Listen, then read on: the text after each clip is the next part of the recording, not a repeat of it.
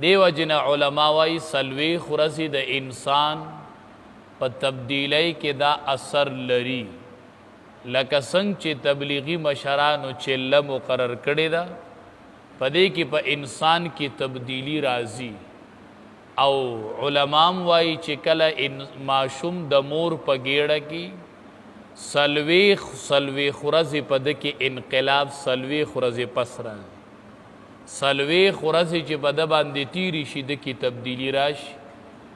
نو علما وایي چله چې ده د انسان په تبدیلی کې یو خاص اثر لري نو رب العالمین ورته وی چې ته سلویخ ورځې تیرې نو موسی علیه السلام د خپل طرف نه د سلویخ ورځو د معتکف کېدلو اراده وکړله چې زه به څلوېښت ورځې اعتکاف وکم او رب العالمین ورته د خپل طرف نه د تورات د ورکولو واده وکړه نو وواعدنا واده وکړله مونږ موسی د موسی علیه السلام سره نو واعدنا علما وی دا د باب مفاعلې نه دی د پیل صدور د جانبینو نه نو معنی څه شوله موسی علیه السلام د اعتکاف واده وکړله او رب العالمین ورته د تورات ورکولو اراده وکړه نو وواعدنا موسی مونږ واده وکړله د موسی علیه السلام سره 30 لیلتن د دیرشتو شپو واتممناها او بیا پورا کمونږ دغې وادي لره ب10 په نورو لسو سره فتم میقات ربه 40 لیله نو پورا شو مقرر وخت د طرفه د رب ددنه 40 لیلتن 40 شپې دې ځای کې ذهن ته یو سوال راځي چې بل آیات مبارکه کې خودي وَإِذْ وَاعَدْنَا مُوسَى 40 لَيْلَةً مونږ واده وکړله د موسی علیه السلام سره د 40 شپو او دلته وی وَاعَدْنَا مُوسَى 30 لَيْلَةً مونږ واده وکړله د موسی علیه السلام سره د 30 شپو او د هغې نه معلومیږي چې د 40 شپو نو علما وایي چې د دې مطلب یو دی هغې آیات کې راغلي چې د 40 شپو نو دلته هم 40 شپې دي خو صرف طریقه د بیان بدل شوې ده هغه داسې بیان شو چې مونږ واده وکړله د 40 شپو نو دلته هم 40 شپې دي خو الله وایي 13 او بیا ورپسې 10 نو دې کې لږ تفصیل دی چې دا 13 ورځې د ذیلقعدې د میاشتې وي او دا 10 ورځې د ذیلحجې وي نو حقه یوه طریقه شوله 40 هغه هم وي او دا هم وي خو هلته یې په یو ځای بیان کړه چې 40 دلته یې هغه طریقه قدرې بدل کړله چې دا 40 ورځې په کومه طریقه سره وي نو 13 ورځې چې وي هغه د ذیلقعدې د میاشتې وي او 10 ورځې د ذیلحجې وي دا اوس چې کومه میاشت شروع دی دې ته ذیلقعده وایي دغه میاشت وه دا اوس چې شروع ده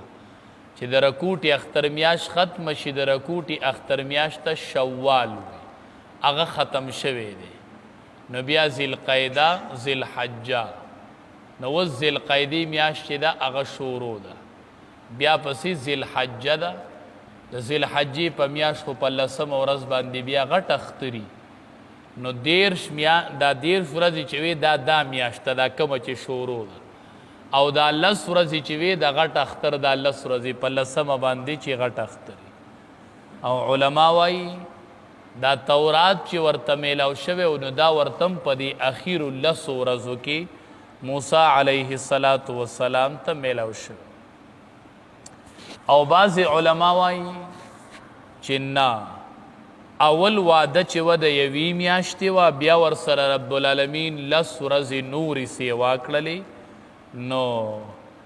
40 نه جوړې شولې بعض علما دا حکمت بیانوي چې واده د 13 ورځو وه خو بیا ورسره رب العالمین 10 ورځې نورې سیوا کړلې چې که په دغې 10 دیرشتو ورځو کې څه تقصیر څه کمې څه کوتاهۍ په وظایفو په آدابو کې شوی نو 10 ورځې پسې رب العالمین نورې سیوا کړلې او بعضې علما وایي چې موسی علیه السلام 13 ورځې اعتکاف کړی او 13 روجې نیولې وي په 13 روجو کې د روجه نه وه ماته کړي مسلسل به روجه وه چې کله 13مه روجه د پوره کړله نو د خوراک وکړو افطار یې وکړو او مسواک استعمال نو علما وایي چې کله یې مسواک استعمال کو اعتکاف یې وکړو نو چې کله یې په کوه طور مقام باندې حاضري وکړله نو رب العالمین موسی علیه السلام تو فرمایل چې د روجهدار د خولې نه چې کومه بدبویي راځي د معدې د وجې نه هغه خو ماته د مشکو نم زیاته محبوبه ده او تا هغه زایله کړله د میسواک په ذریعه باندې نو ورته یې وی چې نورې پسې 10 ورځې ونیسه نو 10 ورځې ورله پسې نورې سیوا کړلې نو 40 ورځې شولې بهر صورت بعضې علما د دین استدلال نیسي چې روجه کې مسواک وخل ټیک نه دي ځکه چې د دې سره د خولې هغه بدبویي لاړه شي او هغه خو الله ته ډیره محبوبه ده او استدلال د دې واقعي نه نیسي چې موسی علیه السلام ته رب العالمین خو علما وایي چې دا مناسب نه دي ځکه چې یو خدا واقعه چې د دې سند دومره قوي نه دی بل دام کې دی شي چې موسی علیه السلام ته رب العالمین وی چې دا تا ولی مسواک کو چې هغه بدبویي دي د خولې نه لاړله نو علما وایي چې دا د موسی علیه السلام د شریعت خصوصیت به چې په مسواک په پروجه کې کول ټیک نه هر چې زموږ مذهب دی دین اسلام دی نو پدې کې د روجهدار د پاره مسواک کول مستحب دی ګوري اسنه چې د روجهدار مسواک پریدي چې د دې سره د خولې نه بدبویي زی عائشه رضی الله تعالی عنها د رسول الله صلی الله علیه وسلم نه روایت نقل کړي وی د روجهدار په ټولو خصلتونو کې غوره خصلت چې دی السواک هغه مسواک میسواک ډیر فضیلت لري احادیث مبارکو کې راځي السواک مطهرۃ للفم ومرضات للرب یا السواک مطهرۃ للفم ومرضات للرب وای مسواک چې دی پدې دا خلپ صفا کیږي او رب په رضا کیږي خلپ صفا کیږي او رب په رضا کیږي نو مسواک چې دی دا د روجهدار د پاره مستحب دی په عام حالاتو کې مسواک کول چې دي دا سنت دی او د دې ډیر فضیلت راغلی ډیر فواید د مسواک راغلی دي او خصوصا فوایدو کې غټه فایده دا ده چې کم کس د مسواک اهتمام کوي نو وی د زنکدن په وخت کې به د شهادت کلمه رب العالمین نصیب کوي نو د مسواک ډیر اهتمام او رسول الله صلی الله علیه وسلم هم چې کله د مرض وفات کې دی بیمار دی عائشه رضی الله تعالی عنها فرمای و اذا سر زما په غیږ کې پروتو د رسول الله صلی الله علیه وسلم او اذا سلوخ کې وب پرتی ویږي کې به لاس لمده و دي سی بیراخ کا چې الله زما امدادو کې الله په سکراتو د مرګ کې په چپو د زنکدن کې دا ډیر سخت حالت وی دې کې زما رور را دند شو داغه پلاس کې میسواک نبی کریم صلی الله علیه وسلم میسواک تکتل ما ورته د الله حبیب میسواک ته دیړ کیږي وی چې اشاره وکړه چې او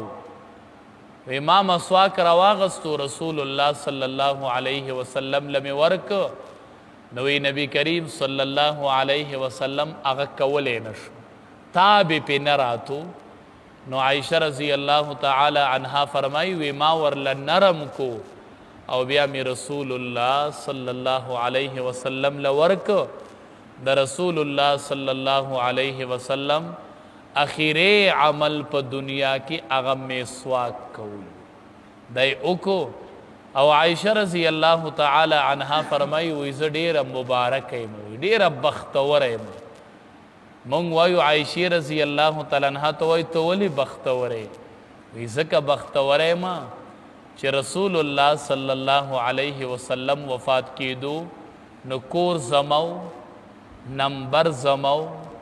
غیگ زما او لاړې ورسره زما شریکی شو کورم زما دی غیګم زما ده نمبرم زما دی او ما مسواک نرم کو او رسول الله صلی الله علیه وسلم لمه ورک نبی کریم صلی الله علیه وسلم بیا اغوخه نوې زما ورسره لاړې شریکی شولې ننم رسول الله صلی الله علیه وسلم چې په کوم ځای کې دفن دی نو دا د عائشې رضی الله تعالی عنها د اوسېدو کور دی دا د عائشې د اوسېدو کوډارګۍ وه نن هغې کې د دواړو جهانو سردار دفن دی د عائشې رضی الله تعالی عنها په کور کې عائشہ رضی الله تعالی عنها فرمای مونږ سره به ډېر ښه روابط ساتل یو ورځ عائشہ رضی الله تعالی عنها فرمای وی ما ته نبی کریم صلی الله علیه وسلم دعا وکړله وی چې یا الله د عائشې مخکنی او رستنی او زاړه نوی او پټ او ښکاره او قصدن او خطاً الله ټول ګناهونه معاف کړه عائشہ رضی الله تعالی عنها فرمایي زه د ډېرې خوشحالۍ نه په غېږ کې را پرېوتلم ما ته وی عائشې رضی الله تعالی عنها وی ما ته وی چې ولې دومره خوشحاله شولې ما د الله حبیبه تا ما ته نن کومه دعا وکړله وی ما ته وی چې عائشې رضی الله تعالی عنها دا دعا خو زه د هر مانځه نه پس خپل امت دپاره غواړم ډېر مهربان مشفق پیغمبر رسول الله صلی الله علیه وسلم تیر شوی رب العالمین ډېرې پاکي بیبیانې ورکړې وي عائشې رضی الله تعالی عنها ته فرمایي عائشې جبریل امین راغلی دی پتا سلام وایي ته یې نه ویني او ما ته وایي چې په عائشې رضی الله تعالی عنها باندې زما سلام او نبی کریم صلی الله علیه وسلم به هم بیبیانو سره ډېر ښه روابط ساتل صحابه کرامو ته به فرمایل وی په تاسو کو ټولو کې غوره کس هغه دی چې هغه د خپلې بیبي سره ښي او زه په تاسو ټولو کې غوره یم ځکه چې زه د خپلې بیبي سره ښه یم علماو لیکلي دي وی چې کله خدیجه رضی الله تعالی عنها وفات کېدله نبی کریم صلی الله علیه وسلم پسې اطلاع ولیږله وی ماله د خپل څادر راکړي نبی کریم صلی الله علیه وسلم راغې ورته وایي خدیجې رضی الله تعالی عنها ته وایي زما څادر غواړي وی او وی په دې به څه کې وی د الله حبیبه چې ماله ستا په څادر کې کفن راکړي نبی کریم صلی الله علیه وسلم ورته وایي خدیجې ته خو زما څادر غواړې که زما په سرمن دې کار کېږي چې وی باسم چې تاله درک نو عائشہ رضی الله تعالی عنها فرمای زه ډېره مبارک بیبي نو دی وجنه علما وایي مسواک کول چې دی دا ډېر فضیلت والا او سنت عمل دی لیلتن سلویخ شپې علما وایي د سلویخ شپو سره خو به ورځ هم راغلي نو قرآن کریم ولې شپې ذکر کړلې علما وایي ځکه چې د شپې په عبادت کې یو لذت یو خوندي ځکه رب العالمین شپې ذکر کړلې یا دویمه وجه دا ده چې یو قمري تاریخ دی یو چې دی شمسي دی دا انګریزي میاشتې چې مونږ یادو دا شمسي دی یو اسلامی میاشتې چې مونږ وایو ذوالقعده او ذوالحجه دا قمري دی نو دا قمري تاریخ چې دی دا د شپې نه شروع کیږي او شمسی تاریخ چې دی هغه د انور د ورځې نه شروع کیږي هغه د انور نه انور د ورځې او قمری تاریخ د سپوږمۍ سره تعلق ساتي هغه د شپې نه شروع کیږي نو ځکه علما وایي شپه ذکر کړله چې دای هغه قمری تاریخ طرف ته اشاره وکړه او علما وایي خپل حساب په قمری تاریخ کوي په قمری باندې کوي ذل قعدې میاشت شروع ده د دې تاریخ معلوم کې پدې کوي علما وایي وی دا شمسی حساب چې دی دا د دنیاوی منافعو د پاره دی د انور ده او قمری حساب چې دی دا د عباداتو د پاره دی نو په قمری حساب باندې پکار د چې حساب وکړل شي نو د لسورو شپو د دیرشتو شپو واده شوی و او فتم میقات ربه نو پورا شو هغه میقات د رب د چې لس ورځې ورسره نورې د ذی الحجې سیوا کړلې نو څلوېښت ورځې پوره شولې نو بیا ورته رب العالمین تورات ورکړو نو وقال موسی لاخیه هارون اخلفني فی قومي واصلح ولا تتبع سبیل المفسدین وی چې کله موسی علیه السلام کوهی تور تتلو نو د تلو په وخت کې هارون علیه السلام ته وی هارون اخلفنی اے هارون ته زما خلیفه جوړ شه ته به زما په ځای خلیفه نو دلته ذهن ته سوال راځي چې هارون علیه السلام خو په خپله نبی دی او یو نبی خو د بل نبی خلیفه نشي جوړېدلی نه په نبوت کې دی خلافت راځي چې د خپل خلیفه جوړو نو جواب دا دی چې موسی علیه السلام چې هارون علیه السلام خلیفه جوړ کړی او دای په نبوت کې نو جوړ کړی دای په انتظامی امورو کې جوړ کړی او چې زه زما او چې کوم انتظامی امور دی پاغي کې به ته زما نائبې او ته به زما خلیفه ځکه علما وایي موسی علیه السلام چې هغه صرف نبی نو د قوم سردار هم وو د قوم انتظامی امور به هم موسی علیه السلام برابرول او هارون علیه السلام ته وی واصلح د قوم اصلاح کوا ولا تتبع سبیل المفسدین او کدی څه فساد شروع کی نو ګورې ته داغي فساد پیروي بیا مکه وګورې نو ځکه هارون علیه السلام چې کله سامری عبادت شروع کو نو ډایرک په در رد وکړه نو موسی علیه السلام ورته ویلو د دې بخیال ساتي وواعدنا موسی وعده کړی و مونږ موسی د موسی علیه السلام سره 30 لیلتن د دیر شپو واتممناها او پورا کړل مونږه هغه ب10 پلس نور سره فتم میقات ربه پس پورا شو وخت مقرر د رب ددنا 40 لیلتن د سلویخت شپو وقال موسی او موسی علیه السلام لاخیه خپل رورتا هارون چې هارون علیه السلام دی اخلفنی ته زما نائب شا فی قومی په قوم زما کی واصلح اصلاح کوا ولا تتبع او مزا سبیل المفسدین پلار د فساد کون کو باندې